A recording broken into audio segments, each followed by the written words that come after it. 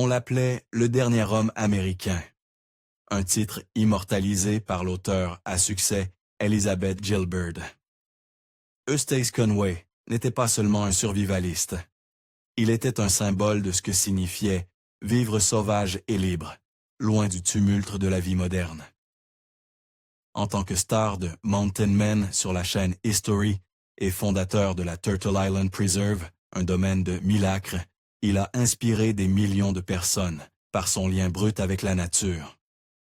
Mais derrière la légende se cachait une vie façonnée par les épreuves, les pertes et des choix que peu oseraient de faire.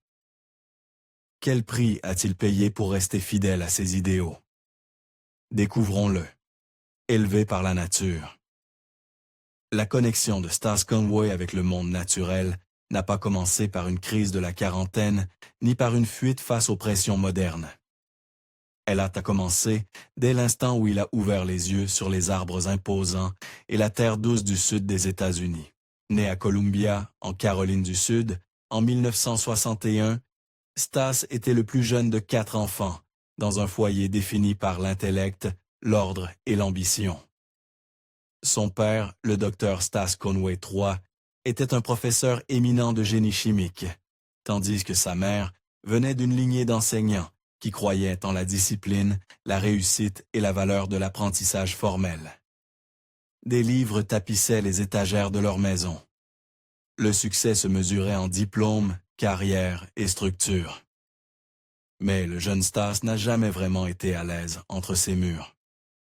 Dès son enfance, il montrait des signes d'être taillé dans un autre tissu. Au lieu d'être fasciné par les manuels scolaires et les notes, il était envoûté par le chant des oiseaux, l'écorce des arbres et le rythme de l'eau contre la roche. Ses premiers souvenirs ne se sont pas formés dans des salles de classe, mais dans des ruisseaux et des bois.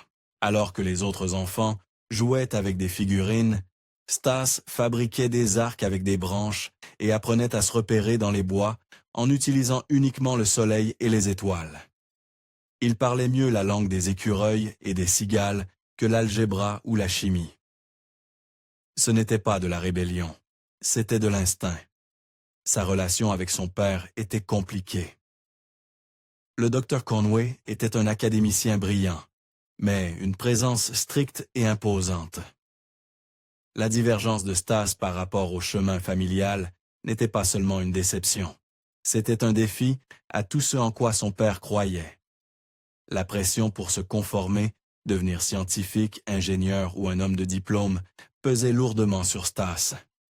Mais au fond, il savait que sa vie ne se passerait jamais dans des bureaux ou des amphithéâtres. À 12 ans, il avait déjà le courage de tester ses convictions. Cette année-là, il a empaqueté quelques essentiels et est parti seul en camping dans les Hautes-Terres. Aucun adulte, aucun secours, juste un préadolescent et la nature. La plupart des parents auraient été terrifiés, les siens aussi. Mais ils savaient aussi qu'on ne pouvait pas l'arrêter. Ce voyage n'était pas une aventure d'enfance, c'était une déclaration. À partir de ce moment, la nature n'était plus seulement son terrain de jeu. C'était son partenaire, son enseignant et finalement sa maison. Stas a commencé à vivre avec une intensité que peu d'adolescents pouvaient imaginer. Il tannait des pots, récoltait des plantes cisatas sauvages, fabriquait ses propres outils et étudiait la terre comme si elle détenait les secrets d'une vie plus profonde, plus authentique.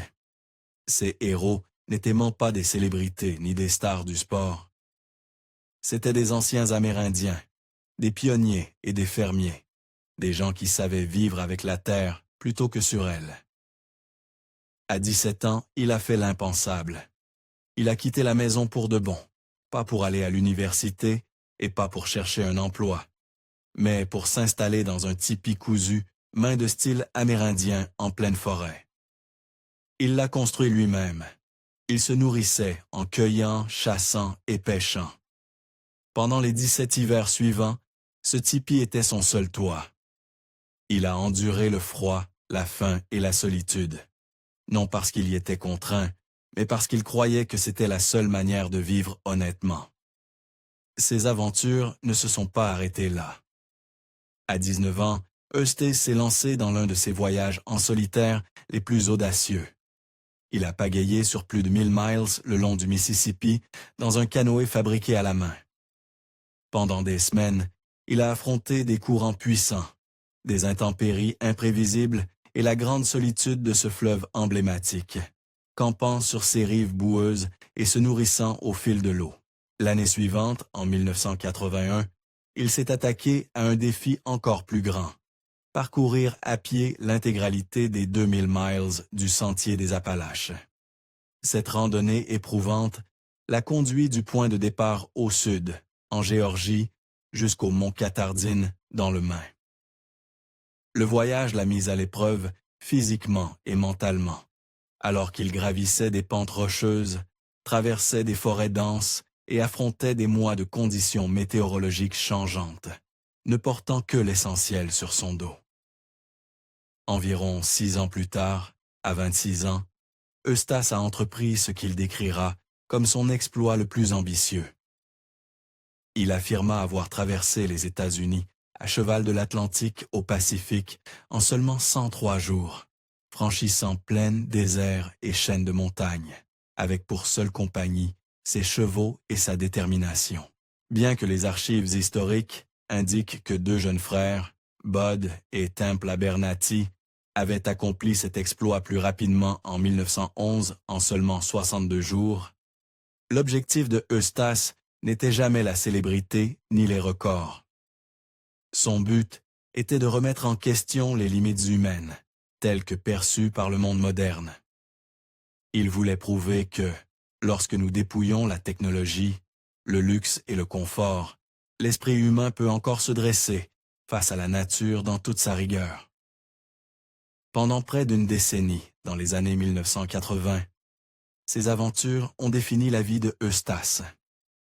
Chaque nouveau défi était un pas délibéré de plus loin des conformes modernes, une immersion plus profonde dans la nature sauvage. À la fin de cette décennie de transformation, il s'était forgé une réputation non seulement de survivaliste, mais de symbole vivant de résilience. Quelqu'un qui ne se contentait pas de parler des anciennes façons de vivre, mais les incarnait dans chaque mile éprouvant et chaque abri construit de ses mains. Turtle Island, un rêve assiégé. Pour Eustace Conway, Turtle Island Preserve n'était pas simplement un terrain, c'était une philosophie vivante. Fondée en 1987 dans les montagnes vallonnées des Blue Ridge en Caroline du Nord, cette parcelle de 1000 acres est devenue son espace sacré, l'œuvre de sa vie et sa réponse à la frénésie étourdissante de la vie moderne. Nommée d'après le concept mythologique amérindien de Turtle Island, l'idée que l'Amérique du Nord s'est formée sur le dos d'une immense tortue, la réserve a été créée pour honorer la sagesse indigène et une vie centrée sur la terre. Contrairement à la plupart des camps nature ou des retraites écologiques, Turtle Island n'était pas un refuge de week-end, ni une entreprise commerciale. C'était une communauté active et un sanctuaire éducatif conçu pour enseigner les anciennes méthodes, comment survivre et prospérer en harmonie avec la terre. Enfants et adultes venaient de tout le pays pour assister à des ateliers d'une semaine, des stages saisonniers et des camps d'été. Là, ils apprenaient à construire des abris avec des matériaux bruts, tanner des potes de serre, forger des outils en fer, abattre des animaux de façon éthique, récolter des herbes sauvages et allumer un feu par friction. Chaque compétence était plus qu'une leçon. C'était une reconnexion à quelque chose d'ancien et d'essentiel.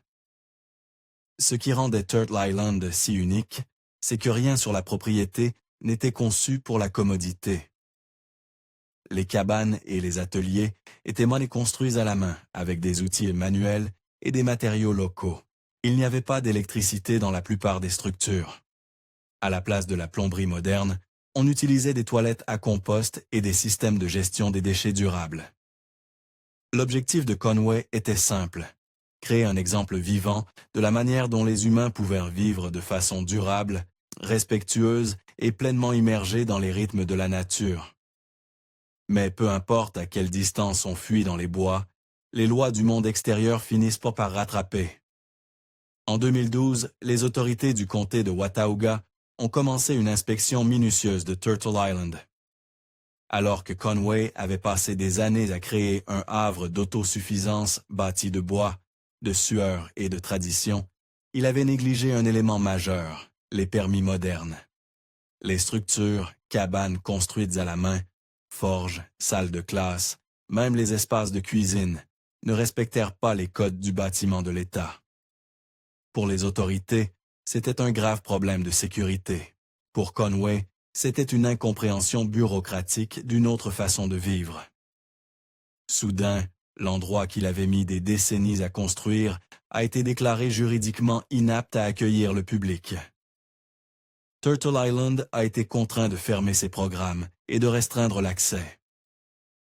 Conway, déjà épuisé par des années de labeur physique et d'investissement émotionnel, était dévasté. Ce n'était pas une station ou un projet commercial, c'était son héritage, et il était désormais menacé. La situation s'est aggravée lorsqu'un conflit avec un voisin a conduit à l'arrestation de Conway pour intrusion. Bien que les accusations aient finalement été abandonnées, l'incident a attiré une attention médiatique indésirable et accru sa frustration envers le système judiciaire. Beaucoup de ses partisans craignaient que le gouvernement ne comprenne jamais, et encore moins ne valorise ce que Conway essayait de protéger. Mais alors que tout espoir semblait perdu, un secours inattendu est arrivé. L'affaire a attiré l'attention des législateurs à Raleigh. Reconnaissant la valeur culturelle et éducative de Turtle Island, l'Assemblée générale de Caroline du Nord a pris des mesures. En 2013, elle a adopté le projet de loi 774, une législation rare qui exemptait officiellement les structures primitives des exigences standards du Code du bâtiment. Ce fut un moment historique, non seulement pour Conway, mais pour tous ceux qui espérèrent préserver des modes de vie traditionnels dans un monde moderne. La loi signifiait que Turtle Island pouvait poursuivre sa mission, sans craindre d'être fermé pour des constructions non conformes. Mais si la victoire législative était publique, le prix émotionnel était privé. Conway avait investi son énergie, ses finances et son âme dans la lutte pour le droit d'enseigner une autre manière de vivre. Le stress de l'épreuve l'avait éreinté. Ce qui avait été autrefois un sanctuaire de paix était pendant un temps devenu un champ de bataille.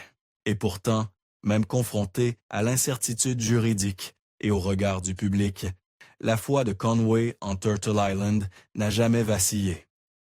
Il avait bâti plus que des cabanes et des sentiers.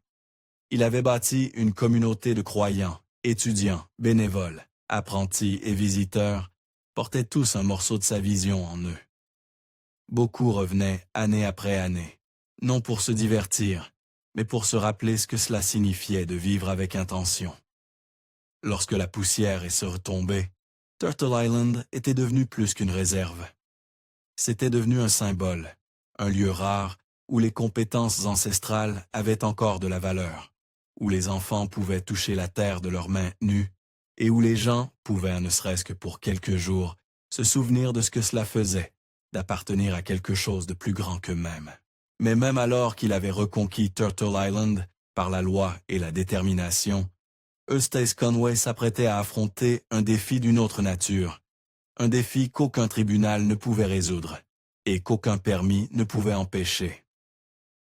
Son histoire se dirigeait vers la télévision nationale, où le poids de la célébrité mettrait à l'épreuve la force de tout ce qu'il avait bâti. L'ascension et le poids de Mountain Men. En 2012, la chaîne History a tenté un pari audacieux. Dans un paysage télévisuel dominé par les compétitions de survie et les drames scénarisés, elle a lancé Mountain Men, une docu-série suivant des individus réels ayant choisi de vivre hors réseau dans des environnements reculés et souvent rudes à travers l'Amérique. Chaque membre du casting était unique. Un trappeur dans le Montana, un fermier en Alaska, un artisan dans les Ozarks. Mais parmi eux, une figure s'est rapidement imposée.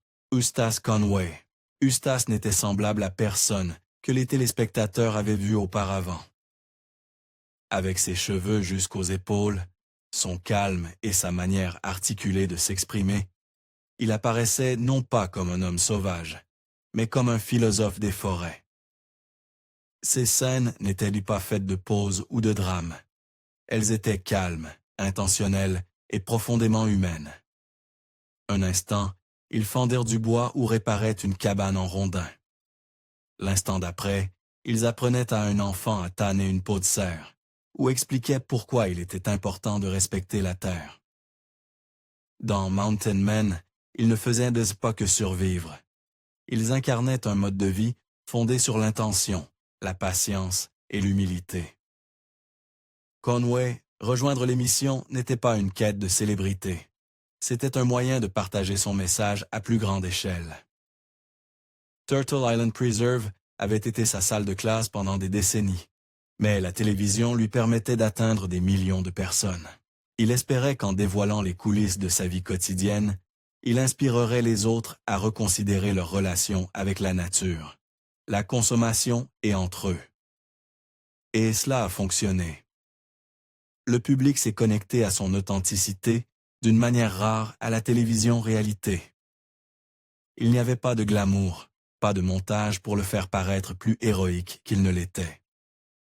Il vivait simplement et cela suffisait.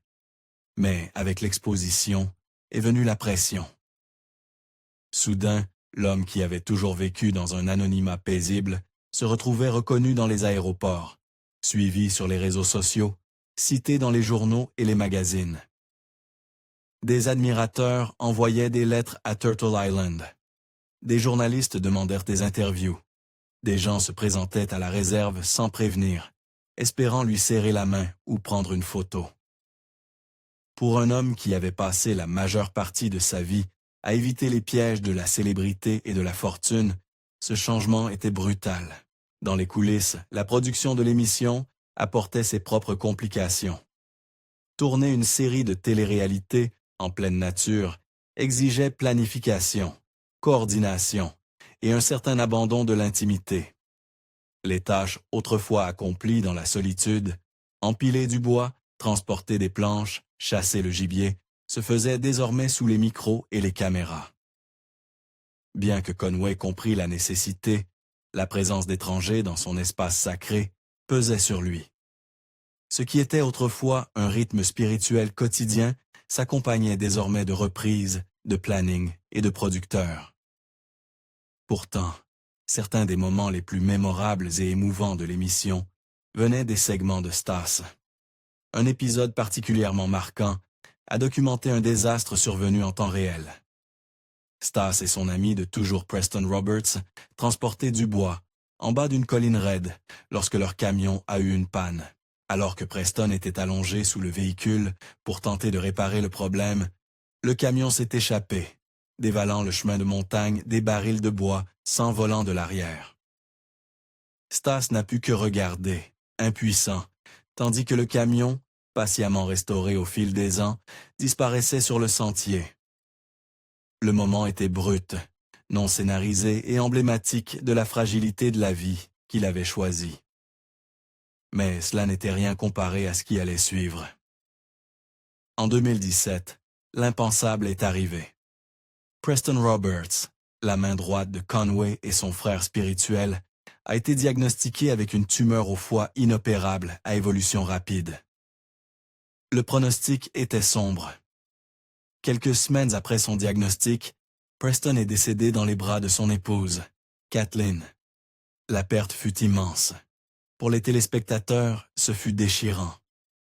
Pour Stas, ce fut un choc profond. Preston n'était pas seulement un partenaire à l'écran dans Mountain Men. Il était essentiel à tout ce que représentait Turtle Island. Ils avaient cofondé la réserve, enseigné côte à côte pendant des décennies et traversé ensemble chaque épreuve et chaque succès. Preston était le calme de la passion de Stas, la méthode de sa vision. Leur dynamique à l'écran reflétait une profonde fraternité, forgée dans l'adversité, l'humour et le respect mutuel. Son absence laissa un vide béant, non seulement dans la vie de Conway, mais aussi dans l'identité même de la réserve. Après la disparition de Preston, Stas se retira des projecteurs. Pendant des mois, il disparut de la scène publique. Il n'y eut pas d'annonce grandiose, pas de sortie dramatique de l'émission. Juste le silence. Les fans spéculèrent. Était-il malade? Avait-il pris sa retraite? Turtle Island était-elle définitivement fermée? La réalité, lorsqu'elle finit par émerger, était plus sobre. Stas était en deuil. Il souffrait, physiquement à cause d'une blessure, au dos subi, lors d'un de ses périples en pleine nature, et émotionnellement, à cause de l'absence soudaine de celui qui avait si longtemps partagé son fardeau. La solitude, qui autrefois le nourrissait, lui semblait désormais être de l'isolement. La terre qui, autrefois, murmurait le réconfort, résonnait maintenant des souvenirs qu'il ne pouvait taire. Malgré les étudiants, bénévoles et admirateurs qui l'entouraient, Conway se sentait seul. Et dans ce vide émotionnel, sa relation avec le monde commença à changer. L'émission continua sans lui en son centre. Son rôle diminua. Sa présence, autrefois pilier de Mountain Men, commence à s'effacer. Et tandis que l'émission accueillait de nouveaux visages et de nouvelles histoires, pour de nombreux fans de longue date, quelque chose d'irremplaçable avait été perdu. Tempête, rumeurs et une image publique en mutation.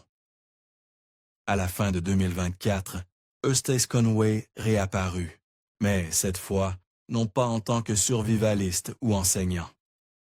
Dans une série de vidéos virales sur les réseaux sociaux, il formula des affirmations choquantes au sujet des conséquences de la tempête tropicale Hélène. Il alléguait que des milliers de personnes étaient mortes et que le gouvernement et les médias dissimulaient la vérité. Il parle de victimes en masse, de remorques remplies de corps et d'une dissimulation qui stupéfiait à la fois les fans et les autorités.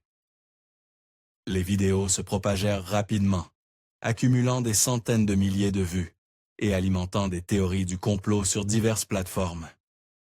Mais les chiffres officiels racontaient une autre histoire, un peu plus de 100 décès confirmés par les agences de l'État et les premiers intervenants.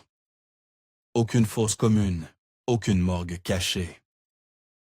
Les affirmations furent rapidement et complètement réfutées par les journalistes et les autorités locales. Malgré tout, Conway resta inflexible. Il affirmait parler au nom de témoins oculaires. Il ne présenta aucune photo, aucune preuve vérifiable, seulement la confiance qu'il accordait aux personnes qu'il croyait. Pour certains, il était un lanceur d'alerte. Pour d'autres, il avait franchi une ligne. Cette controverse marqua un tournant. L'homme autrefois connu pour sa vie simple était désormais devenu une source de conflits publics. Il perdit le soutien de certains anciens admirateurs et son rôle dans Mountain Men disparut discrètement.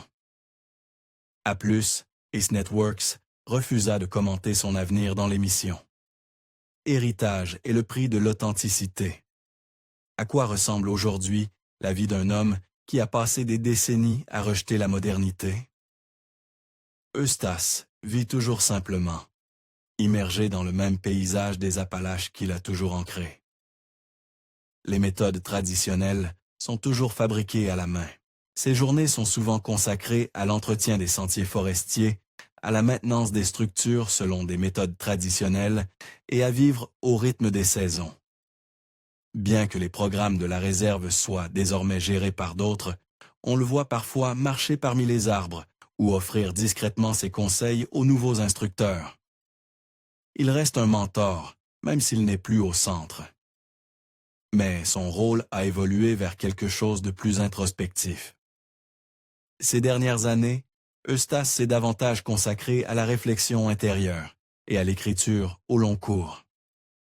Il travaillerait sur un manuscrit personnel, une sorte de mémoire, non pas pour se vanter ou faire sensation, pour consigner les vérités profondes derrière sa philosophie, ses combats et le coup brut de suivre un chemin différent. C'est un projet qu'il garde près de son cœur, non par quête de gloire, mais par besoin de préserver des idées qu'il craint de voir disparaître dans le bruit de la culture numérique. Il lui arrive encore de participer à des conférences environnementales et à des ateliers, bien que ses interventions publiques soient devenues plus sélectives. Lors de ces événements, il parle moins en tant que personnalité télévisée qu'en tant qu'observateur culturel, quelqu'un qui a vécu en marge du système assez longtemps pour voir ce que la plupart manquent. Il met en garde contre la déconnexion de la Terre, de la communauté et de nous-mêmes. Ces conférences parlent moins de comment allumer un feu que de pourquoi ce feu compte avant tout. Eustace est aussi devenu un défenseur discret de la résilience mentale, notamment auprès des jeunes qui cherchent à fuir un monde surstimulé et surchargé. Il comprend de première main le coût de l'idéal, la solitude, la pression, l'épuisement, et il ne l'idéalise pas. Ces dernières années ont plutôt été marquées par une nouvelle forme d'honnêteté, celle qui admet que vivre hors réseau ne signifie pas échapper à la lutte. Cela signifie simplement choisir quelle lutte valement la peine d'être menée.